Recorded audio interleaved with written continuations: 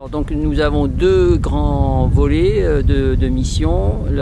Tout d'abord sur le domaine de Coince, nous devons mettre en œuvre les principaux résultats de la recherche sur la thématique de la limitation de l'impact environnemental et dans le cadre exigeant d'un cru classé de grave. Deuxième grande mission, ça consiste à mettre en œuvre des expérimentations en collaboration avec des partenaires scientifiques divers, soit de l'INRA, soit parfois des partenaires du développement comme l'Institut français de la vigne et du vin, la Chambre d'agriculture, etc.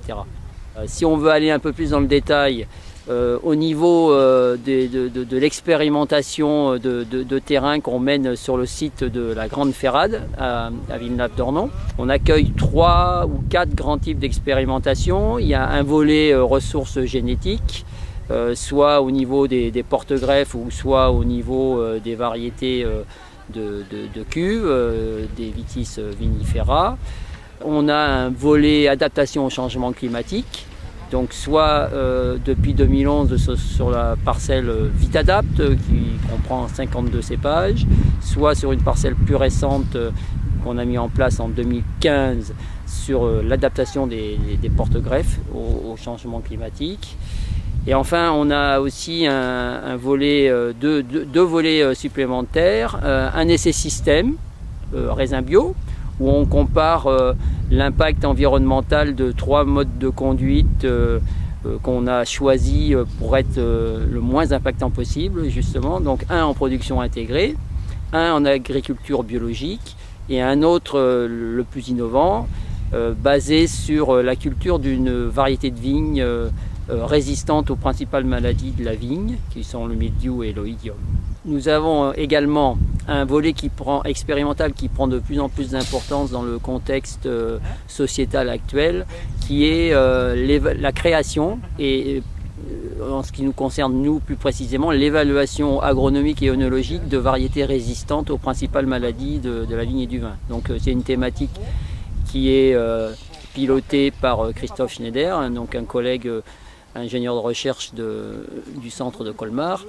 Et en réseau, donc, avec les différents centres qui hébergent de la vigne à l'INRA au niveau national, c'est-à-dire Colmar, Bordeaux, Pêche Rouge, et puis au départ le domaine du chapitre. Nous évaluons le comportement d'un point de vue agronomique, mais aussi d'un point de vue œnologique, des descendances que crée donc le sélectionneur au départ. Donc ce programme a été initié dans les années 2000.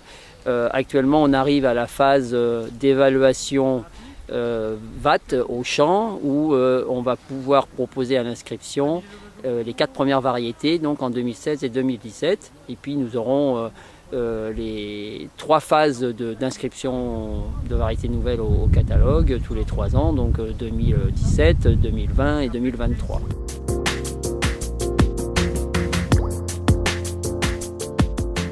L'expérimentation système raisin bio, donc conception et évaluation de systèmes bas intrants, donc innovants. On a planté ça en 2011, donc les premières récoltes depuis 2013, 2014, 2015. Ces 3 systèmes dont on a parlé tout à l'heure, biologiques, intégrés, variétés résistantes, sont répétés chacun 3 fois sur des parcelles élémentaires de 2000 m² et présentent un certain nombre de contraintes expérimentales du fait de l'originalité de l'expérimentation système par rapport aux expérimentations factorielles classiques.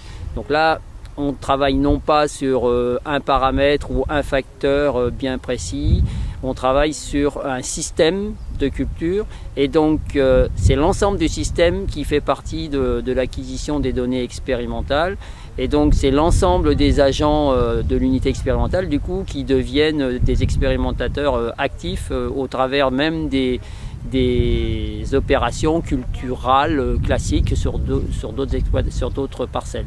Et donc chaque intervention est déterminée a priori par des règles de décision qu'il a fallu rédiger. Donc première difficulté, écrire sur le papier ce qu'on fait plus ou moins intuitivement dans la vie courante. Ensuite, mesure de toutes ces données, ça va des temps de travaux, ça va du suivi des traitements phytosanitaires, du nombre de passages, de la consommation de carburant, des tracteurs par type de passage, jusqu'aux caractéristiques agronomiques de la vigne, de la récolte. Les données sur les vinifications, les caractéristiques du vin, etc. Et après ça, on a donc une foultitude de données à analyser, stocker, archiver, travailler. Donc c'est un travail qui permet de tester une approche un peu nouvelle, sur laquelle d'ailleurs les collègues du SAD ont publié. Incidence de l'expérimentation système sur l'organisation du travail au sein d'une unité expérimentale. Donc c'est vraiment une expérimentation qui a des retombées multiples. Autant on vient de voir d'un point de vue organisationnel que d'un point de vue de résultats scientifiques sur l'évaluation environnementale, la limitation du nombre de traitements, de l'indice de fréquence de traitement phytosanitaire, etc. dans le cadre d'Ecophyto. La mise en œuvre de collaboration aussi soutenu avec les partenaires locaux ou nationaux, puisque ce projet regroupe donc le dispositif de la Grande Ferrade, Raisin Bio, mais aussi ce même type de dispositif chez des viticulteurs, dans les lycées viticoles, en Aquitaine, et puis dans les autres régions françaises également. Donc c'est vraiment un travail de réseau local et national.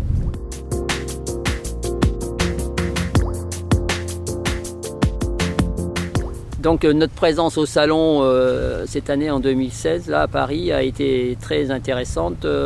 D'abord pour la participation des agents de l'unité qui sont montés à la capitale présenter leurs résultats au grand public. Et on a profité de ces 10 jours de salon effectivement pour expliquer ce qu'on faisait et demander aux visiteurs leur avis sur d'une part l'acceptation de ce vin. Est-ce que vous aimez ce vin? Si oui, combien seriez-vous prêt à l'acheter? Et à quel type de vin il vous fait penser?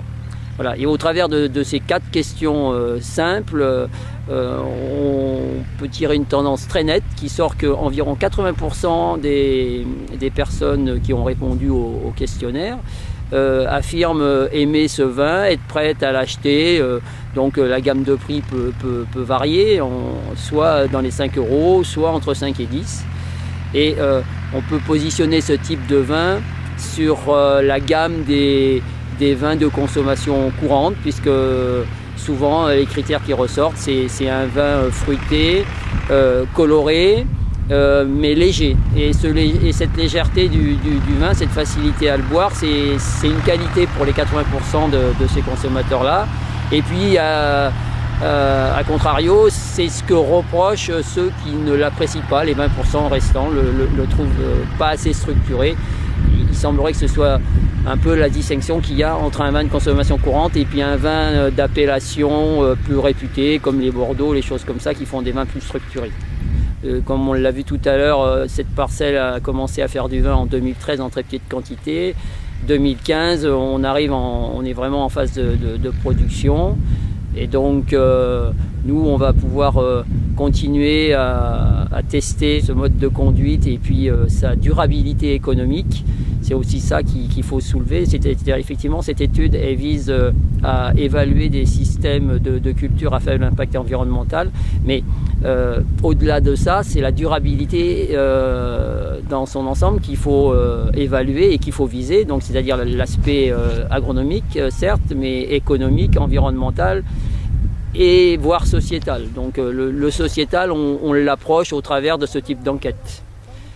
Mais ça peut aller bien au-delà, c'est-à-dire quelle serait l'incidence de la culture de variétés résistantes au travers du tissu humain qui constitue nos paysages, enfin nos sites de vie. Par exemple, on va être amené à parler d'acceptation de la part du consommateur, mais aussi certainement ça va changer un peu les relations qui sont assez tendues en ce moment entre les producteurs de vin et l'environnement immédiat. avec ce qu'on entend sur l'usage des pesticides. Là, l'absence, enfin c'est pas l'absence parce que ces variétés résistantes, on les traite encore, mais on les traite beaucoup moins, hein, puisque la consommation de pesticides est divisée presque par 9 d'après les résultats, puisqu'on les traite plus que maximum 2 fois par an. Donc ça deviendrait une culture, la vigne peu traitée comme la grande majorité des cultures de nos paysages agricoles.